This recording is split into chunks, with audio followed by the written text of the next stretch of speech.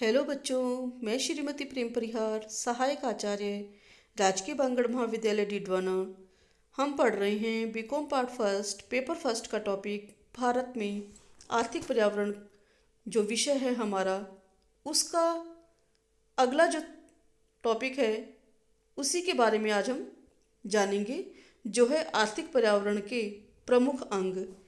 पिछली वीडियो में हमने जाना था आर्थिक पर्यावरण के अंगों के अंदर पहले जो बिंदु थे तीन, उनके बारे में विस्तार से जाना था हमने, जिनमें प्राकृतिक संसाधन एवं दशाएं, आर्थिक प्रणाली और आर्थिक दशाओं के बारे में जानकारी ली थी। आज हम उसके आगे के घटकों के बारे में या अंगों के बारे में या महत्व के बिंदु के बारे में जानकारी प्राप्त करेंगे, जिसमें है मानवीय संसाधन एवं दशाएं। जिन देशों की अर्थव्यवस्थाओं में स्वस्थ एवं बुद्धिमान मानव साधनों की पर्याप्तता है, वहाँ साधनों का विदोहन करने में मदद मिलती है और विकास के अनुकूल आर्थिक पर्यावरण पनपता है। परंतु जहाँ श्रम शक्ति का अभाव हो, जनसंख्या में कार्यशील जनसंख्या के मुकाबले आश्रित जनसंख्या अधिक हो, जनसंख्या बीमार, कमजोर हो, अकुशल हो, तो वहाँ आर्थिक विकास भी धीमी गति से होता है। जहाँ एक और जनाधिक्य आर्थिक दरिद्रता का कारण बनता है, वहीं अनुकूल जनसंख्या प्रति व्यक्ति आय में वृद्धि को करके अर्थतंत्र को मजबूत करता है। व्यवसाय की प्रकृति, उत्पादन का आकार तथा उत्पादन की तकनीक भी मानव संसाधनों की दशाओं पर निर्भर करती है। यानी कि हम कैसा उद्योग लगाएं, श्रम प्रधान लगाएं या पूंजी प्रधान लगाएं, उत्पादन कैसा करें, सीमित मात्रा में या बहुत अधिक उत्पादन करें, उत्पादन के लिए तकनीक कौन सी अपनाएं हम, ये सब चीज़ें हमारी मानवीय संसाधन के ऊपर निर्भर करती है। सामाजिक एवं सांस्कृतिक दशाएं। देश में सामाजिक एवं सांस्कृतिक परिस्थितियां आर्थिक पर्यावरण को बहुत अधिक प्रभावित करती हैं। जैसा कि हम उदाहरण लें, भारत में जाति प्रथा, सामाजिक रीति रिवाज, परंपराएं, सामाजिक मूल्य, सांस्कृतिक धारणा, धार्मिक रूढ़िवादिता, अंधविश्वास आदि के कारण हम अभी भी आर्थिक पिछड़ेपन के दौर में हैं। आज भी हम सादा जीवन, उच्च विचार की भावना को अपनाते हैं, जिसके कारण हम बहुत तेजी से विकास करने की स्थिति में नहीं हैं। लोगों का जीवन स्तर भी निम्न है। विकासशील देशों के इन भावनाओं, इन संबंधों के कारण विकसित देशों के मुकाबले ये देश आर्थिक विकास में बहुत पिछड़े प्रतीत होते हैं। राजनीतिक व्यवस्था एवं दशाएं। जिन देशों में राजनीतिक उथल पुथल होती रहती है, वहाँ आर्थिक पर्यावरण में भी उतार चढ़ाव होता रहता है। जबकि राजनीतिक स्थिरता की अवस्था में कानून एवं सुरक्षा में मजबूती से आर्थिक पर्यावरण में विकास के लिए अनुकूल परिस्थितियां पनपती हैं। राजनीतिक व्यवस्था शासन प्रणाली को भी प्रभावित करती हैं और इस शासन प्रणाली के आधार पर देश में आर्थिक विकास को गति मिलती है। वैधानिक दशाएं। जिन देशों में कानून एवं सुरक्षा की पूर्ण व्यवस्था हो, लोगों के कार्यकलापों को कानून से नियमित एवं नियंत्रित किया जाता हो, वहाँ का आर्थिक विकास और आर्थिक पर्यावरण अनुकूल बना रहता है और रोजगार, आय, उत्पादन में वृद्धि होने के कारण लोगों के जीवन स्तर भी उच्च बना रहता है। परंतु जहाँ कानून व्यवस्था का अभाव हो, वहाँ आर्थिक पर्यावरण प्रतिकूल होता है, जो विकास का मार्ग अवरुद्ध कर देता है। आर्थिक नीतियाँ। किसी भी देश में आर्थिक पर्यावरण पर उस देश की सरकार की आर्थिक नीतियों का व्यापक प्रभाव पड़ता है।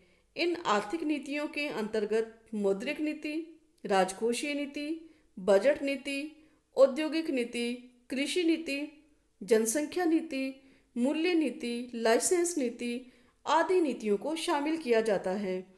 अगर ये देश के लिए अनुकूल नीतियां बनाते हैं, तो आर्थिक विकास तीव्र गति से होता है। और यदि ये नीतियाँ उद्योगों के विकास स्थापना के लिए प्रतिकूल होती हैं तो आर्थिक विकास की दर भी कम हो जाती हैं। मुद्रा बाजार एवं पूंजी बाजार की दशाएं।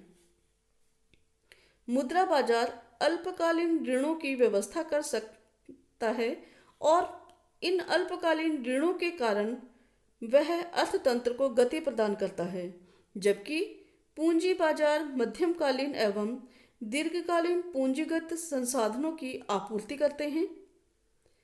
जहां ये दोनों व्यवस्थाएं, दोनों बाजार यानी मुद्रा बाजार और पूंजी बाजार अनुकूल होता है, वहाँ देश का आर्थिक पर्यावरण सुदृढ़ और मजबूत होता है और वहाँ विकास की दर भी उच्च रहती है। और यदि पूंजी बाजार और मुद्रा बाजार कमजोर अवस्था में हैं, बिल्कुल पिछड़ी अवस्था में हैं, तो वहाँ विकास की दशाएं भी कम होंगी, आर्थिक विकास भी कमजोर स्थिति में होगा। प्रौद्योगिकी एवं तकनीकी दशाएं। कम से कम लागत पर अधिकतम उत्पादन के लक्ष्य को प्राप्त करने के लिए हमेशा नए नए वैज्ञानिक आविष्कार तथा उत्पादन की नई नई तकनीकों का विकास होता रहता है। आज विश्व में जितनी तेज गति से आधुनिकतम उत्पादन तकनीकों एवं प्रौद्योगिकी का विकास हो रहा है, वह आर्थिक पर्यावरण में भी परिवर्तन ला रहा है। नई नई वस्तुओं का उत्पादन, नए कच्चे माल की आपूर्ति, नए बाजारों की खोज आदि के कारण आर्थिक पर्यावरण को अधिक गतिशील बनाया है।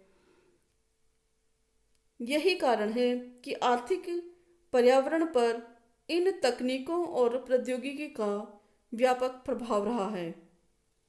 अंतर्राष्ट्रीय परिस्थितियां। प्रत्येक देश अंतर्राष्ट्रीय व्यापार द्वारा विकास एवं समृद्धि प्राप्त करने को प्रयासरत है। संपूर्ण विश्व एक गांव की भांति हो गया है। अंतर्राष्ट्रीय शांति एवं सहयोग की बात महत्वपूर्ण बनती जा रही है। अंतर्राष्ट्रीय तनाव, युद्ध एवं घृणा के वातावरण के कारण आर्थिक पर्यावरण प्रभावित होता है, जो आर्थिक विकास पर बुरा प्रभाव डालता है। जबकि देशों के बीच में मधुर संबंध, अंतर्राष्ट्रीय संबंधों के कारण तकनीकी एवं वित्तीय सहयोग की प्राप्ति आदि होने से समानता, समृद्धि और न्याय का मार्ग प्रशस्त होता है, जिससे आर्थिक विकास या आर्थिक पर्यावरण तेजी से विकसित होता है। पर्यावरण संरक्षण की जागरूकता। ज्यों-ज्यों देश के लोगों में पर्यावरण संरक्षण की जागरूकता बढ़ती है, त्यों-त्यों उद्योगों की स्थापना, उनके प्रदूषण से मुक्ति आदि मुद्दे महत्वपूर्ण बनते जा रहे हैं। सरकार भी पर्यावरण के संरक्षण हेतु ऐसे उद्योगों एवं व्यवसायों की स्थापना एवं संचालन में सतर्कता बरतती है। आर्थिक विकास के लिए आर्थिक पर्यावरण पर लोगों में पर्यावरण संरक्षण की जागरूकता भी प्रभाव डालती है। विकसित राष्ट्रों में पर्यावरण को नुकसान पहुंचाने वाले उद्योगों के विरुद्ध कठोर नियम हैं। अतः विकासशील राष्ट्रों में भी ऐसे नियम बनाने की आवश्यकता है, क्योंकि विकसित राष्ट्रों में जो उद्योग स्थापित नहीं हो पाते हैं, वे उद्योग विकासशील राष्ट्रों की ओर स्थानांतरित होकर विकासशील राष्ट्रों या पिछड़े राष्ट्रों में स्थापित हो जाते हैं, जो आगे चलकर घातक प्रभाव डालते हैं। अतः पर्यावरण संरक्षण की जागरूकता भी आर्थिक पर्यावरण का महत्वपूर्ण घटक है। अन्य दशाओं के अंतर्गत हम बात करेंगे अर्थव्यवस्था की दोहरी प्रकृति, क्योंकि विश्व के कई देशों में दोहरी प्रकृति की अर्थव्यवस्थाएं विद्यमान हैं, जहां एक और विकसित राष्ट्रों में उद्योग, व्यापार एवं सेवाओं में कार्यरत शहरी जनसंख्या का बाहुल्य है और उन्हें जीवन की आधारभूत सुविधाएं उपलब्ध होती हैं, जबकि ग्रामीण जनसंख्या में इस तरह की सुविधाएं नहीं मिल पाती हैं। वे कृषि पर निर्भर रहते हैं और अपनी आधारभूत सुविधाओं के अभाव के कारण वे अपने देश के आर्थिक विकास में पूरा योगदान नहीं दे पाते हैं। शहरीकरण विकास की प्रक्रिया को तेज करता है। ग्रामीण एवं शहरी क्षेत्रों की असमानता और बढ़ता अंतराल आर्थिक पर्यावरण को प्रभावित कर विकास की गति को भी प्रभावित करता है। आर्थिक नियोजन। आर्थिक नियोजन वह प्रक्रिया है जिसके अंतर्गत सरकार की केंद्रीय संस्था अर्थव्यवस्था के समग्र सर्वेक्षण के आधार पर उत्पादन तथा वितरण के संबंध में महत्वपूर्ण निर्णय लेती है कि क्या उत्पादन करना है, किसके लिए उत्पादन करना है, कैसे उत्पादन करना है, किन क्षेत्रों में उत्पादन करना है और इनका वितरण किन किन में करना है, साधनों का हम अनुरक्षण कैसे करेंगे, विकास कैसे करेंगे और इन संसाधनों को हम लेंगे कहाँ से और उन संसाधनों का हम क्रियान्वयन कैसे करेंगे आदि के बारे में जब बातें की जाती हैं तो ये बातें आर्थिक नियोजन के अंतर्गत आती हैं। अर्थव्यवस्था में आर्थिक नियोजन के माध्यम से आर्थिक क्रियाओं को व्यवस्थित किया जाता है। आर्थिक नियोजन की प्रक्रिया के द्वारा आर्थिक पर्यावरण को विकासोन्मुख बनाने का प्रयास भी किया जाता है। बचत एवं पूंजी निर्माण की दरें। देश में बचत एवं निवेश की ऊंची दरें तीव्र आर्थिक विकास का मार्ग प्रशस्त करती हैं, जबकि बचत एवं निवेश की नीची दरें विकास की गति को धीमा करती हैं। बचतों में वृद्धि और उन्हें पूंजी निर्माण में लगाने से आर्थिक पर्यावरण को विकसित स्वरूप मिलता है। यहाँ तक कि विदेशी पूंजी के सहयोग से भी आर्थिक पर्यावरण को विकसित किया जा सकता है। अतः अब इन सब तथ्यों से यही साबित होता है कि आर्थिक पर्यावरण पर अनेक घटकों का प्रभाव पड़ता है। उनके अनुकूल प्रभाव से, यानी जो हमारे घटक है यदि ये अनुकूल हैं तो इनके अनुकूल प्रभाव से आर्थिक पर्यावरण का विकास होता है, सुधार होता है, जबकि ये घटक यदि हमारे विपरीत हैं, प्रतिकूल हैं, तो आर्थिक पर्यावरण भी बिगड़ेगा। और इसीलिए प्रत्येक देश यह प्रयास करता है कि ये विभिन्न घटक आर्थिक पर्यावरण के अनुकूल ही बने रहें ताकि देश के सर्वांगीण विकास का मार्ग खुले, विकास की गति में तेजी आए, रोजगार, उत्पादन एवं आय बढ़े, अर्थव्यवस्था आर्थिक स्थिरता के साथ विकास की ओर अग्रसर हो और देश में समानता, न्याय और समृद्धि बनी रहे।